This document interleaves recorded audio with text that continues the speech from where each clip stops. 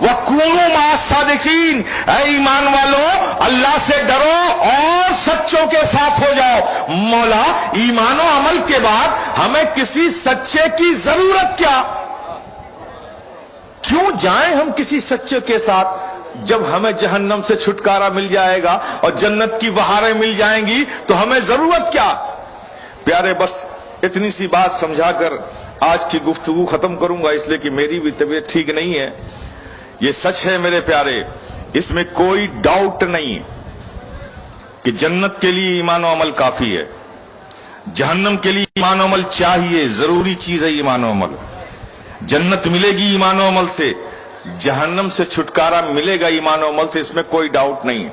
لیکن پیارے، جس ایمان و عمل سے جنت ملے گی، جس ایمان و عمل سے تمہیں جہنم سے چھٹکارا ملے گا، وہ ایمان کتنا قیمتی ہے، ملا کیسے؟ رب کے فضل سے۔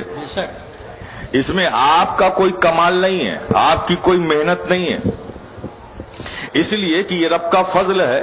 اس نے آپ کو ایک مسلمان کے گھر میں پیدا کر دیا تو آپ مسلمان ہو گئے، اگر کسی کافر کے گھر میں پیدا کرتا تو کافر ہو جاتے۔ اور پیدا ہونے میں آپ کا کیا ادھیکار ہے؟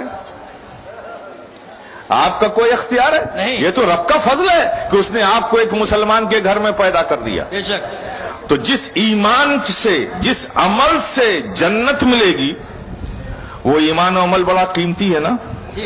لیکن پرابلم یہ ہے کہ یہ ایمان آتا بھی ہے، ایمان جاتا بھی ہے۔ اللہ۔ اور جو چیز آ کر چلی جائے، ایسے ہی سمجھو جیسے دھن دولت آتی بھی ہے جاتی بھی ہے۔ یہی وجہ ہے کہ جو تم پیسہ کما کے گھر لاتے ہو تو کیا اسے گھر کے اندر پھینک دیتے ہو؟ کیا کیا کرتے ہو؟ صندوق پہ رکھتے ہیں، کہیں پہ تجوری میں لاک کر کے رکھتے ہو، چونکہ دھن آتا بھی ہے اور دھن جاتا بھی ہے۔ جو چیز آ کر چلی جائے اس کی سرکشا اور سیکورٹی ضروری ہے کہ نہیں؟ اس کی حفاظت ہے کہ ضروری؟ تو پیارے، اسی طرح سے جو ایمان و عمل تمہیں جنت دلائے گا، جو ایمان و عمل سے جہنم سے چھٹکارا ملے گا، وہ ایمان و عمل آتا بھی ہے جاتا بھی ہے۔ تو جو چیز آ کر چلی جائے اس کی حفاظت ضروری، اس کی حفاظت کے لیے کونوا مع الصادقین، سچوں کا ساتھی ہونا ضروری۔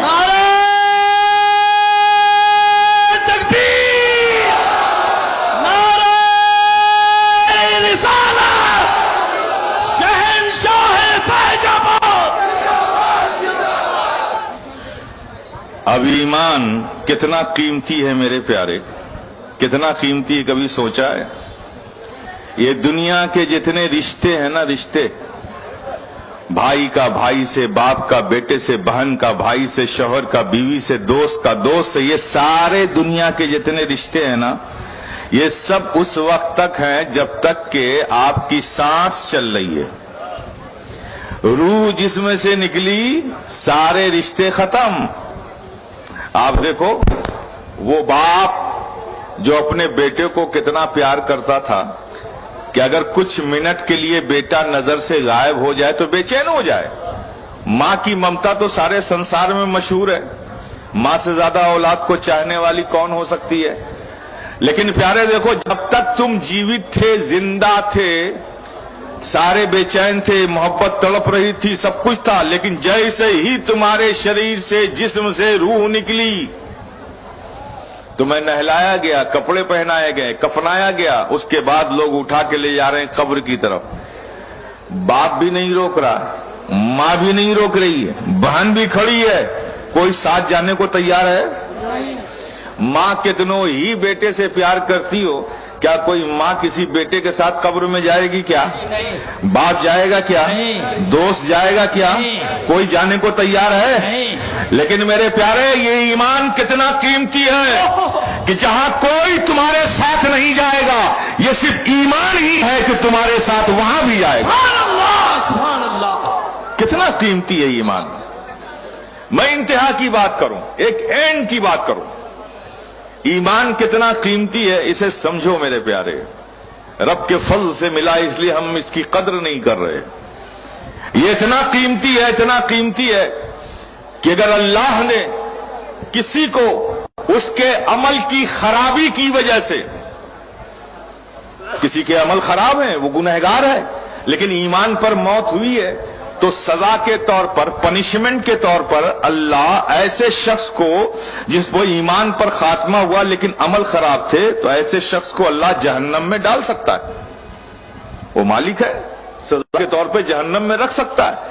ہاں پھر اس کے بعد سزا پانے کے بعد، پھر کچھ دنوں کے بعد ایمان پر موت ہوئی ہے تو جنت میں جائے گا، لیکن سزا کے طور پر اسے جہنم میں بھی رہنا پڑ سکتا ہے. تو ایمان کتنا قیمتی ہے دیکھو، کہ اگر اللہ نے کسی کو سزا کے طور پر جہنم میں ڈال دیا نا، تو یہ ایمان وہاں بھی اس کے ساتھ جائے گا. اب ذرا بتاؤ، کوئی جہنم میں جانے کو تمہارے ساتھ تیار ہوگا؟ لیکن کتنا قیمتی ایمان کہ وہاں بھی یہ تمہارے ساتھ جائے گا. اب ایمان سے پوچھو، اے ایمان، تو جنت کا پھول ہے، تو اس کے ساتھ جہنم میں کیسے آ گیا؟ تو قربان جاؤ ایمان کے، ایمان بولے گا کہ ارے جب دنیا میں اس نے ہمیں نہیں چھوڑا تو آج اس کے برے وقت میں ہم اسے کیسے چھوڑ دیں، اور اگر ہم نے چھوڑ دیا تو جنت میں کون لے کر جائے گا؟